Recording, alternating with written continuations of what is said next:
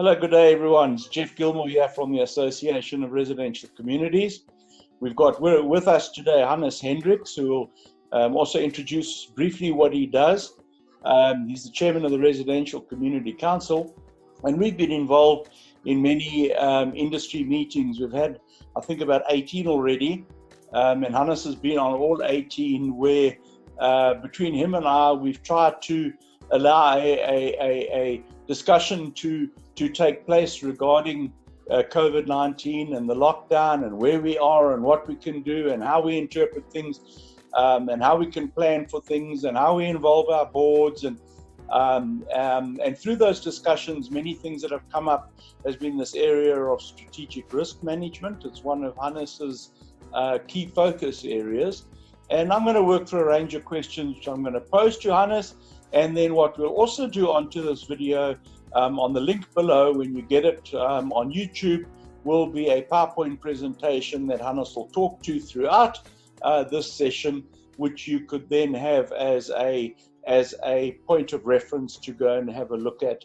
And of course, you can always give Hannes a ring directly to discuss any points he made. So welcome, Hannes. Very quickly, just a little bit about yourself, where you come from and what you do.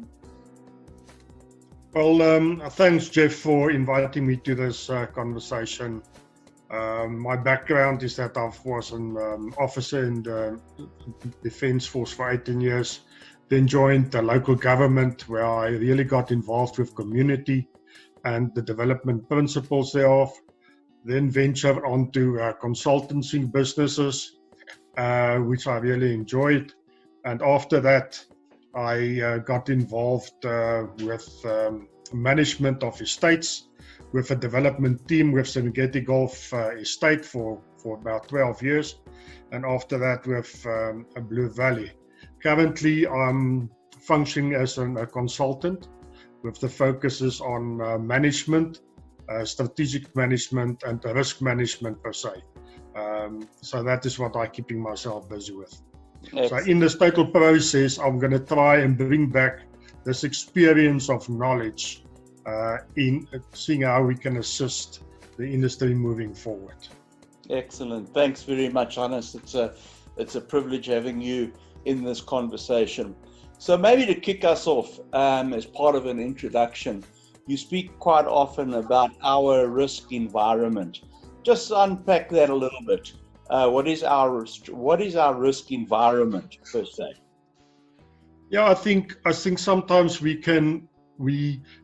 get confused between the words of a risk environment and environmental risk, and there's a clear distinction between the two of them. The environmental risks deals predominantly with those issues that impact on the activity of hazardous materials on the environment and the humans, where risk environment focuses on our external environment. And I would like to define that environment into two groups. The one is that you get the general environment, and the other one is the specific environment. Now, this environment impacts on our roadmap, and that is from our current position to our end state, which is our vision and the road that we need to travel, that roadmap. It's not a straight line. It's impacted by this external environment. Now, on the general environment is a couple of factors. And it is called always those pestle factors as we used to know. That has moved away to calling it pest lease, PESTLEIS. And we have added the legal, the environment, information and security at the end, because that environment is changing as it is. If we look a little bit more at the specific environment, it relates to our current industry, our specific industry. Who's our internal and our external stakeholders? Yes. Who's our competitors? Who's our suppliers? And if you just unpack the current specific environment, you will notice that way back in the 2000s, the buzzwords were residential estates. These days, it's moved to mixed-use estates, right? Yeah. Yeah. So there's a shift that has taken place, where the stakeholders, internal and external, has got new demands, and are we positioned to deal with those issues? Okay, makes awful sense. Thanks for that, Hannes. Okay, so during these Zoom discussions, you spoke about 3 broad steps or 3 broad phases in the process of managing risk. Just touch on those 3 broad phases, and maybe just explain each one a little bit in respect of managing risk. Yeah, I think everybody would like to work within a structure and a process. If we've got structure and we've got process, Yes. we can unpack. So what we find with this 3-stage process, it provides us a structure and it provides us with a process. Now, within this, if you understand this, then you can apply it to any part or business and unpack that. Not only estate management, Yes. but in your personal life, in a national crisis, as we are dealing with a pandemic now, you can use the same steps and processes. So what is important to understand is that the risk management process involves the 3 steps of a risk assessment, right? And then a risk control, and then how do we mitigate that in terms of contingency planning? Now, what is important to understand during those 3 steps is you should always ask you the questions. So the questions that you should ask yourself is, what is the problem? That's the first one. And then you need to answer that problem. What is the problem? I've got a perimeter breach. Why do I have a perimeter breach? Or I've got a pandemic in the country. Why do I have it? So you need to unpack what is the problem. Once we understand the problem statement, then we can ask the next question. What should we do about it? Yes. Okay. Then you get into your risk control measures of the likelihood and the impact that it will have. Right? Yes. What's the likelihood of coronavirus happening? It was very low. But what is the impact? The impact is huge, and specifically the consequences. Yes. The likelihood of a perimeter breach taking place with thermal cameras, electric fence, guards, high-night cameras, and patrolling system is very small, right? Yes. That it can happen. But the impact thereof, if they cross over and they rob a house and there's an armed robbery, right? The reputational risk and the impact of that is huge. So Yes. you must always put those 2 factors in terms of likelihood and impact. And the last question you need to answer is, so what if it's happened now? What do we do if it goes wrong? Yes. Right? That is the 3 critical questions one must ask yourself. Okay. Now in this process of answering these questions, you can see there's a clear separation in proactive processes and reactive in terms of a response.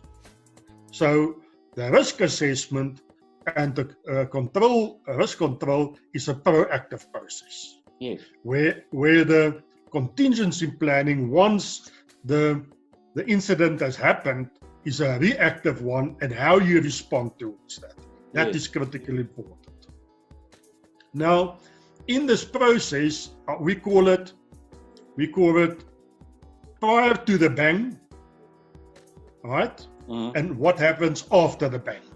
Mm. Now, take it back to example 9/11. Prior to the bang, everybody thought that it's not going to happen in America. Everybody was thinking it's going to happen in the Middle East. Yes. Right? Then the bang happened. And can you remember the chaos Yes. and the response past the bang? What happened during that process? That is for me a very good example, pre and post the bang. Now, in this total process, and I don't want to talk further on the detail, we can talk on that a little bit later on the different steps and processes and structure you need to go. So I'll just get setting the scene here for our further discussion on this. Okay. Yeah. So we currently facing, as we know, a crisis. It's an international crisis. That essentially means that there is risk. But you're not suggesting, and you don't need to answer this, I'm just clarifying, you suggesting that the whole process of risk management is a overall management function, specifically in a homeowners association. And had all communities, and this is pre-bang and post-bang, fully investigated and put together a strategic risk management process, we could have not alleviated the problem, of course not, but we could have been more prepared for it in our industry with facilities, maybe with processes to conduct assessments, etc. So the reason why this has become such a huge issue is not because of the virus, it's because we should have been doing it in any event, which would have meant that we wouldn't, let's take from a national point of view, not necessarily reacted the way we did and shutdowns and all of these good things, but there could have been other measures in place to have dealt with it. And the same applies to our residential estates in a nutshell. I think what the problem is that we all got disaster management and emergency management plans. We pull them out of the cupboard once a year. Yes. We dust them off, all right? Yeah. We look at that when we go through our strategic planning process to take a scope of where we are and where we want to move towards, all right? But we don't update that risk register on a daily basis as the incidents happen. It should become a living document, right? Correct. If it's a living document, then way back we would have highlighted the issue of a pandemic. It's there, but nobody has got a pandemic plan. Nobody has got it in. So we were not prepared for this. Not at the government level, not at the international level, all right? Yeah. Not even in a state level, all right? Yeah. So in this process of the question then beckons of what have we learned out of this? Yeah. Right? Correct. Right? What have we learned out of this? And if you don't live it, and you don't do the scenario planning, and you don't do the exercises on a weekly and a monthly basis, when the shit hits the fan, you will not respond with the right resources, with the right time, in the right sequence to deal with the issues. All right. Yeah. So what I've learned out of this process is that global leadership is non-existing. There's only one body that's trying to make sense out of it, and that's the World Health Organization. That surround themselves with a lot of doctors. But nowhere on that panel is there a risk management or crisis management specialist. They're all doctors. They're all medical doctors. Yeah. Right? The president currently is doing the same. Right? Have we seen the head of the Disaster Management Center of South Africa on a TV program talking to us about risk management? I can't collect that we've seen somebody like that. No. I haven't seen an expert on that matter. Yeah. Right? Yeah. So we surround ourselves with people that don't know how to deal with crises. They might be good in the field, but they don't understand crisis management. Yeah. So what I'm missing in this total process that runs parallel to that is strategic leadership. Right? Just think what have happened and recollect what happened. On a Sunday evening, the president says cigarettes will be allowed. Just be only on the Monday to receive a new message from Dr. Zuma that it's not going to happen. Yeah. Right? Just the next day to receive another message from our head minister reprimanding us that we'll go back to level 5 if we don't behave. So the strategic leadership and the way that we communicate the message is not consistent. Yes. to have the right effect. So crisis management with leadership Yes. is very important in having a success. Got you. Yeah, that makes awful sense. So this management pyramid and crisis management. Talk to us briefly about the management pyramid that you so often refer to. Okay, before I get to that, in the slides you will find two pictures. The one picture that I've put up is a picture of a battlefield where people on horseback, I think it's about 6 to 8 people on horseback, is sitting on a high hill and they're looking at the battlefield. Yes. Now you can clearly, out of their body language and the way that they are focusing, give them certain roles. So the three on the front is the leaders. It's the battlefield commander with his lieutenants and his adjutants. Then on the right-hand side, you see the guys looking over their shoulders, and they are the logistics guys, ensuring that ammunition is coming and fresh water and horses are there. And then in that group that's out of tune, you will find a person on horseback with a top hat. So what is his role? Is he the communication guy from the press that needs to communicate back? Or is he the legal guy that needs to do an assessment and identify your liability? Now, if we take that picture, those principles is not new of strategic leadership. That's why I always say, surround yourself with experts. Yes. That keep you out of making mistakes, that can differ with you, in front of you, over the point, and not behind your back. Yes. That's a part of leadership on the one side. So it's an old phenomenon. The other picture that I have is a control room on a battleship in the Gulf War, where you've got all these screens of information and radar screens going. Yeah. And both of these screens has got one thing in common. And what is that? What do you think is it, Jeff? If you should think. Take me out of my misery. Okay. And that is for them to obtain a common operational picture, which is critically important. If we don't identify what is the problem and we agree on that common operational picture, we will not know how to deal with it. That's critical importance in strategic leadership, wherever we go. So those two pictures depict for me strategic leadership, 1870s to 1880s, and where we are now. And that's why you keep on stressing the point that when our community managers go out in a communication to their residents, that it requires a common agreement and a common vision and a common understanding of what you're trying to communicate, who you're trying to communicate to, and that the entire realm of the strategic leadership of that community must be on the same page and have a common thread towards what they're trying to achieve. So it all ties back, doesn't it? Yes.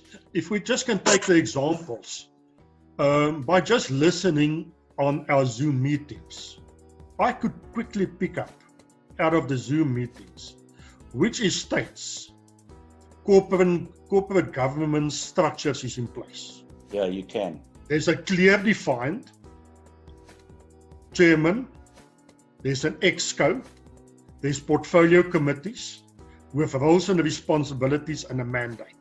Yes. Those estates that hasn't got a clear defined corporate governance structure, we're running around in circles to define what they should do first. Yes. Right? Now, in this total process, what is important is that we need to understand the management pyramid. And the management pyramid is operating on 3 levels. It's called the GSB, gold, silver, and bronze. So at the top, at the point, you've got very few people. They are the gold decision makers, and they deal with concepts and strategic planning. Yes. In the middle, you have the silver that deals with design, and operational management.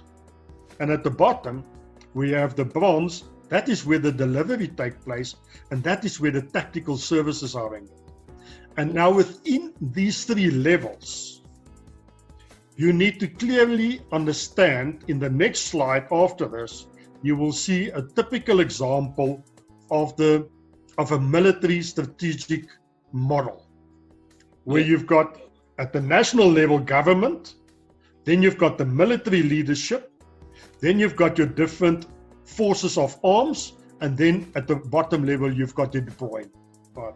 So strategy stems from the military, and on the left hand side is what is each one's focus, and on the right hand side what is each one's roles and responsibilities.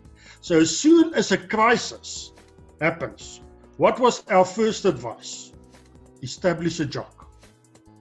Establish a joint operational center and command where you've got the critical role players involving your service providers into there, so that you can jointly get a common picture, right?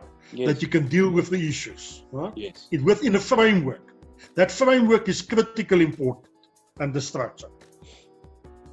Yeah. Now, when a strategic crisis happens, there are 10 elements that are critically important.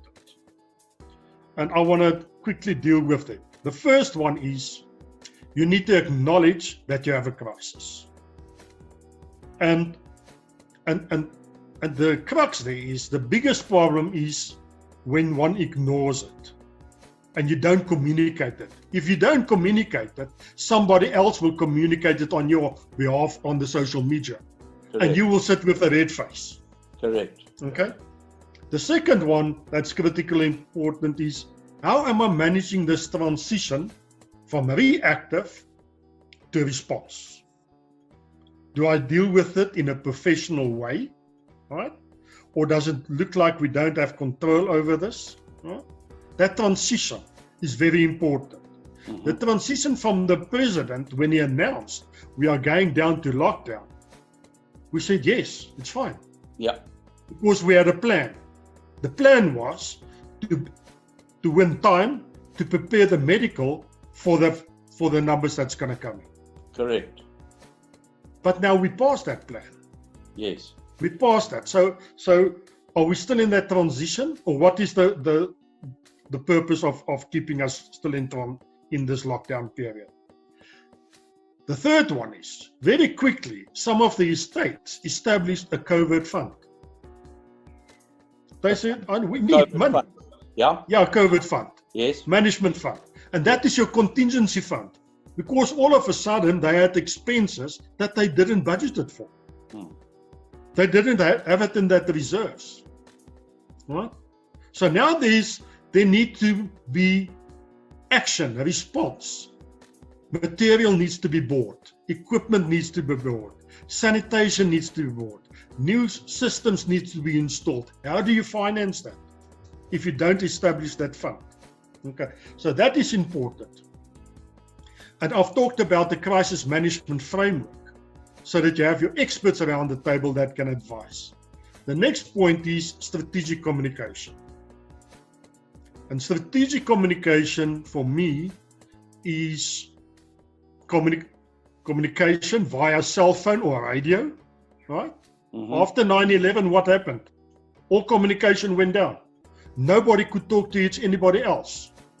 So do you have on your estate, other than cell phones, radio communication, that when the crisis hits the estate, you can hand out all these radios, activate them and communicate, because you've got a command and control structure. You know what also happened in America with Katrina? They had all these centers set up. And when it happened, they went down to these disaster management centers, put on the computers, and they couldn't work on it. Why?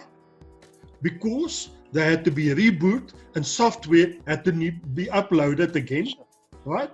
Exactly. Because they were not using it on a daily basis. That's right.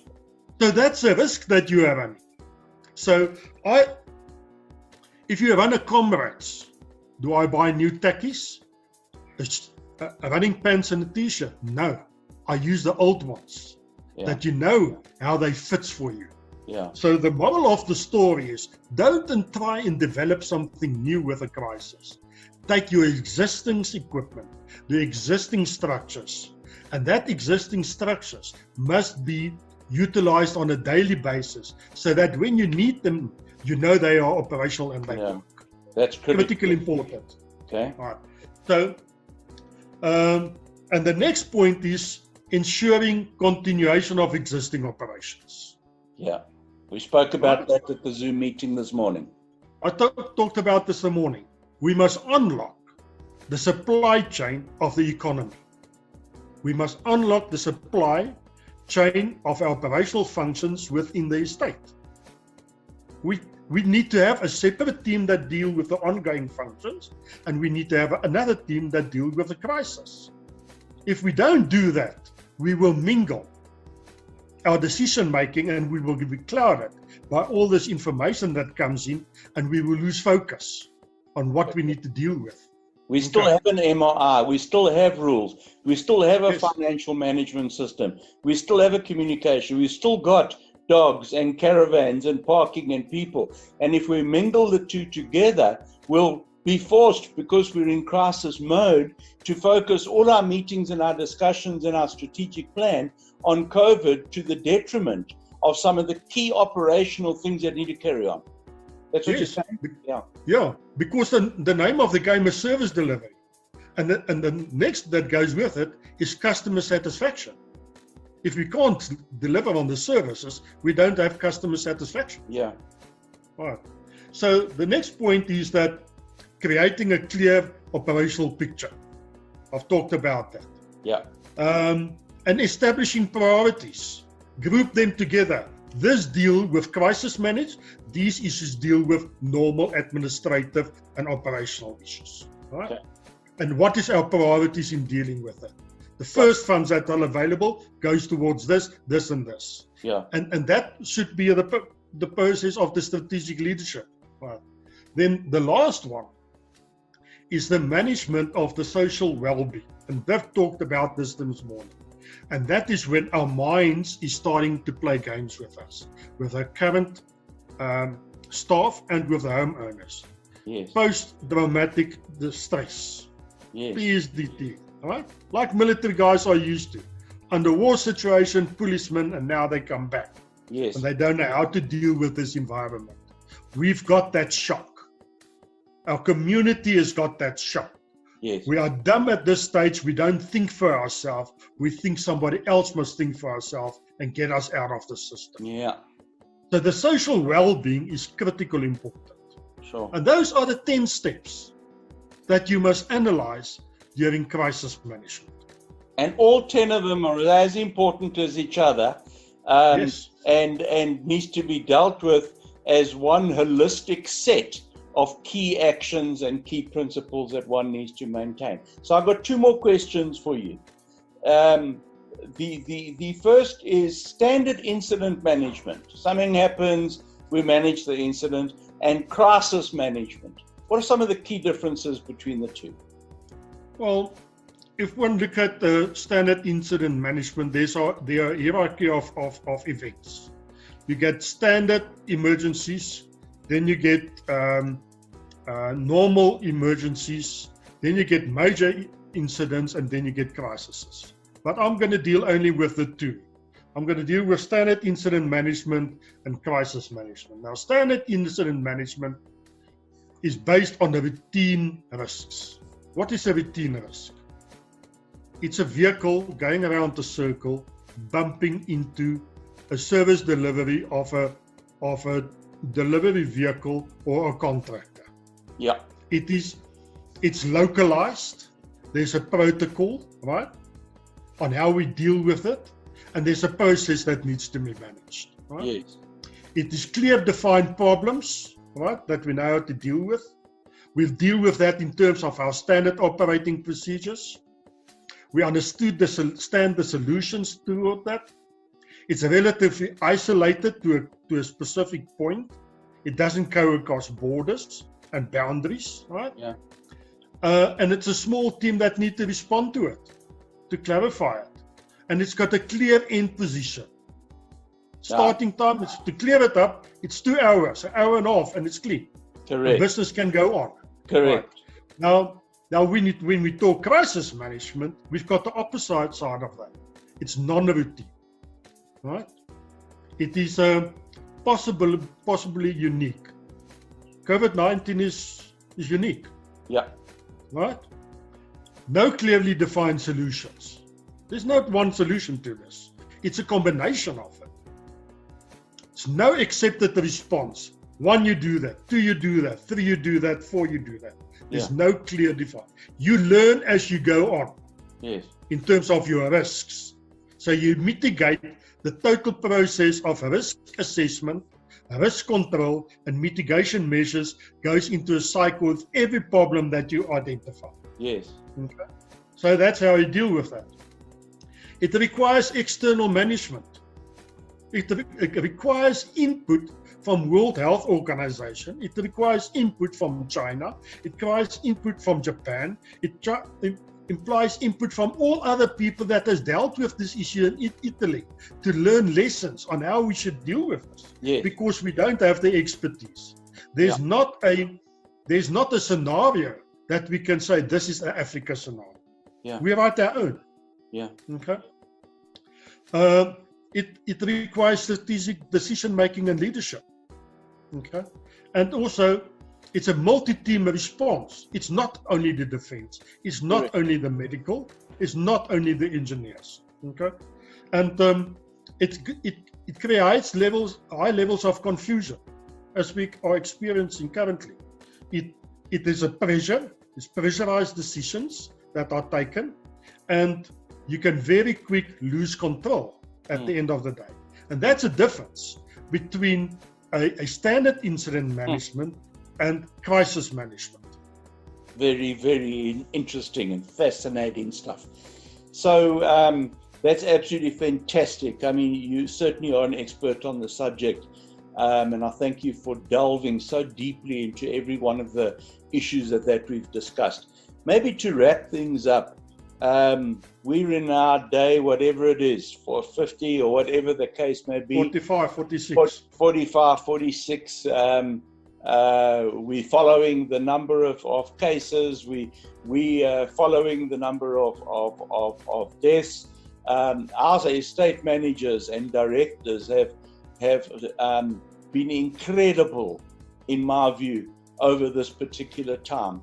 Even though working from home or remotely, I would say that the way our management have reacted to it has been brilliant. What is your view on what HOAs are currently doing? A sort of ballpark figure. I know that it's different because many communities are different to the other communities. What in general has been your perception of the response? What have HOAs done in response to all of this? And then we'll close it. Well, I would like to summarize it by 5 or 6 points on examples and then on implementation. On the example side is that we didn't have a contingency plan for this pandemic at HOAs. Right? We always talk about a framework and so forth, but there wasn't a framework. No. How to deal with. No. If you didn't have a good corporate governance structure, you didn't know how to deal with this in terms of decision making. Right? The next point is that we don't have enough funds, contingency funding. We always talk about what is enough. And I can remember we used to say, you need to have 1 or 3 times your operational budget in the bank account. Yes. That's not more the answer. No. It's now 3 to 6 times. Yes, correct. Right? And maybe in September and December we will say, listen, we need 9 months of reserves in contingency funding. Yeah. Correct. Because we don't know what is the end time. Yeah. And can we predict the end time? No, we don't. Right? So how much reserve do you have require in contingency funding? That's quite right. Okay, the next point is we are all reactive to the regulations. Right? We are reactive to that. That's so true. All right. So when are we getting a little bit proactive? And that's why I talked this morning about our strategic planning processes and looking after our current MOI and the external environment and the demands that's going to come to us in terms of our community for small businesses within the site estate, the rules, right? A home office. Anticipate that, plan now for it. Yeah. Right? That's critically important. And then we see that our support from the regulating authority that's responsible for us is non-existent. Yeah. Okay. So we need to open that up. Okay. And our voices are not heard at the governmental level. So we need to be right up there and get our voices heard. Yeah. So what is the issues that we implemented through this process? I think one of the best things that has happened is your ideas of having these Zoom meetings that we've been having. So I think in the residential community industry, the Zoom meetings has helped and facilitated the process. Yes. Right? It created an opportunity to share some common concerns and proposals and opinions. And within these discussions, we've created the golden thread of where we are going with. And we said, these are the regulations. Let's apply the regulations, right? Within your governmental documents. And if you need to change the rules, you change it to adapt for what we are facing now. Yeah. Okay. But we are moving beyond that now. Yeah. We're moving to the point of how are we going to ensure that this business office evolves and emerge out of the crisis. So, and I think that we have established the RCC and ARC as the body that represents the community. Correct. In terms of taking this forward. So we must take this as an opportunity to position ourselves for our industry to make our voices heard, because we are a critically important role player. We've got over 6 to 7 million houses in our industry that relies on us to deal with the issues. Quite right. You've wrapped it up so beautifully. We need to remind ourselves that we do house between 5 and 6 million people in this country. We generate about 700 billion rand a year in levies. We have 1 trillion rand of assets under management. 7 to 8% of developed land in this country is taken up by organized communities. We need to put in place, and it's going to be a huge job for the RCC and ARC going forward. While we are doing what we're doing, while we are helping estates manage this crisis that we're in, we need to not use the opportunity, but we need to make sure that we can, from a sustainable point of view, ensure that we are heard. We're big employers, we're big contributors to GDP. We add value to the economy, we add value to people's lives, and we should be noticed only because of what we can do and what we can give back, not because of what we can take. We give back hugely, and we've got to capitalize on that fact. Yeah. So we need to build. Yeah, we need to build resilience. We haven't got the resilience in what we are doing currently. Yeah. So, and it's no time now for knee-jerking decisions. No. There's no time for knee-jerking decisions by boards and saying, who's the big money spenders? Let's cut the position of the estate manager to save some costs. Yeah. Right? That's one of the biggest mistakes. Go and calculate the cost of replacing that person with these intellectual IP about the business processes. Strengthen his hands. Don't put your estate manager up for failure by not giving him the support and the support team of his middle management at the operational level to execute on a tactical level. That's the biggest mistake we will make. 100% correct. All right, great stuff. Well, thank you, Hannes. That was unbelievable. very, very, very enlightening and powerful. So I thank you for giving of your valuable time. Thank you for sharing your knowledge openly and for free. That is highly appreciated. And as I said earlier, we'll download this video on YouTube, on the portal, as well on our social platforms, and we'll link to it the PowerPoint presentation that Hannes did in preparation for this video. And if you need to get hold of Hannes, or you want to pick his brains anymore, I'm not saying that'll necessarily be for free, but you can try. Please contact me, and I will forward you his details and get it off to Hannes. So thanks very much, Hannes. Thanks, Jeff, for the discussion, and to all our partners in crime out there. I pray for you guys. Keep on doing the good work.